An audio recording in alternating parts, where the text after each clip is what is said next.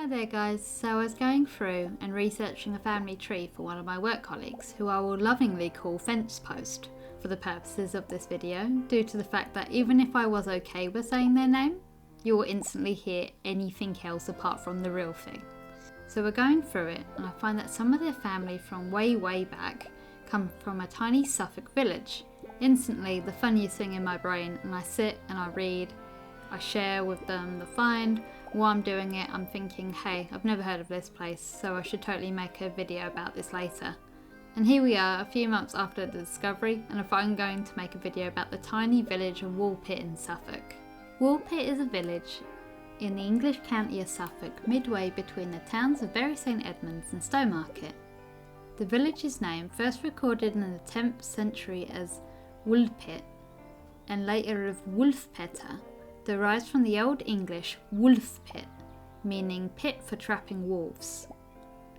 Before the Norman conquest of England, the village belonged to Ulfketil Schnellinger, who may have been the son-in-law of King Ethelred.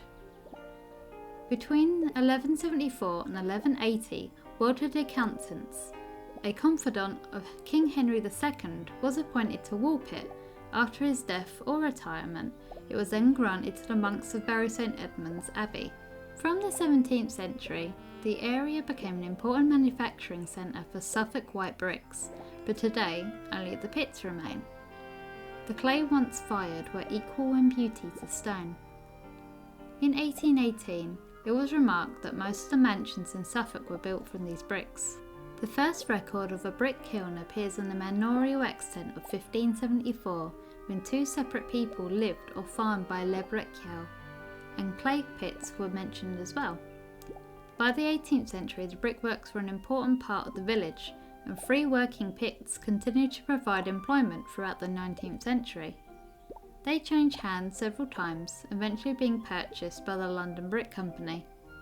In a modified form, they continued to work until just before the Second World War, when the government ordered that the kilns not be lit because of fears that enemy bombers would be able to see them from the air. In 1946, there was an attempt to reopen the pit. Unfortunately, late one day, a workman using a pickaxe hit a spring, and when the men returned the next morning, the workings were flooded and unusable. So Woolpit no longer makes bricks, but the industrial tradition survives, because there are light industrial units on some of the land which used to belong to the old brickworks. Most early medieval settlements were situated off the main road, and Woolpit was no exception.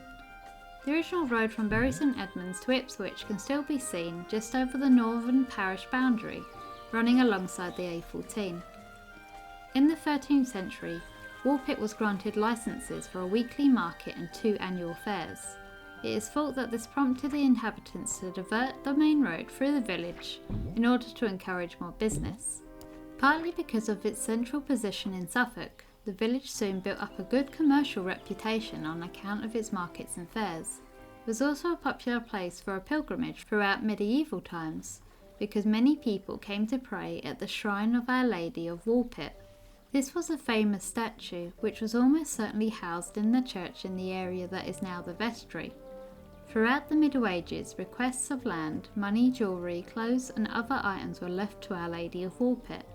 The church therefore became rich, so much so that in the 12th century the king appropriated the abbey's proportion of Woolpit's tithes for himself. These tithes had previously been used to pay for the care of sick monks at the abbey of Bury St Edmunds, so the brothers felt very aggrieved about the king's action. One monk called Samson decided to do something about it. Without permission from his abbot, he and a companion dressed themselves as Scotsmen and set off to see the Pope in Rome, pretending to be pilgrims on a journey. They reached their destination and obtained a letter from the Holy Father restoring the tithes of Woolpit Church to the abbey. But on the return journey they were captured and searched. Samson managed to slip the precious letter inside a drinking cup which he'd held above his head. It went undetected by their assailants, but Samson and his companion were left penniless and had to beg their way back to England. Eventually the tithes from Woolpit reallocated to the sick monks, and Samson later became one of the abbey's most famous abbots. Annual fairs were held around the village's patronal festival, which was a festival of the saint to whom the church was dedicated. In Woolpit's case, this was at the beginning of September. There were two of them, the cow fair and the horse fair. The cow fair seems to have been discontinued sometime in the 17th century, but the horse fair persisted well into the 19th century when it was abandoned because it had become a magnet for thieves and pickpockets. Now, the ultimate reason I wanted to do a video on this place originally, the legend of the two green children. At harvest time, one day during the reign of King Stephen, the villagers of Woolpit discovered two children, a brother and a sister, beside one of the wolf pits that gave the village its name. Their skin was green, they spoke an unknown language, and their clothing was unfamiliar. The children were taken to the home of Richard de Cown. The pair had refused all food for several days until they came across some raw broad beans which they consumed eagerly. The children gradually adapted to normal food and in time lost their green colour. It was decided to baptise the children, but the boy, who appeared to be the younger of the two, was sickly and died before or soon after the baptism. After learning to speak English, the surviving girl explained that they came from a land where the sun never shone and the light was like twilight. The girl called their home St. Martin's Land and that everything there was green. The children were unable to account for their arrival in Woolpit, only that they had been herding their father's cattle when they had heard a loud noise, which people would come to associate with the sound of the bells of Bury St. Edmund's Abbey, and suddenly found themselves by the wolf pit where they had been found.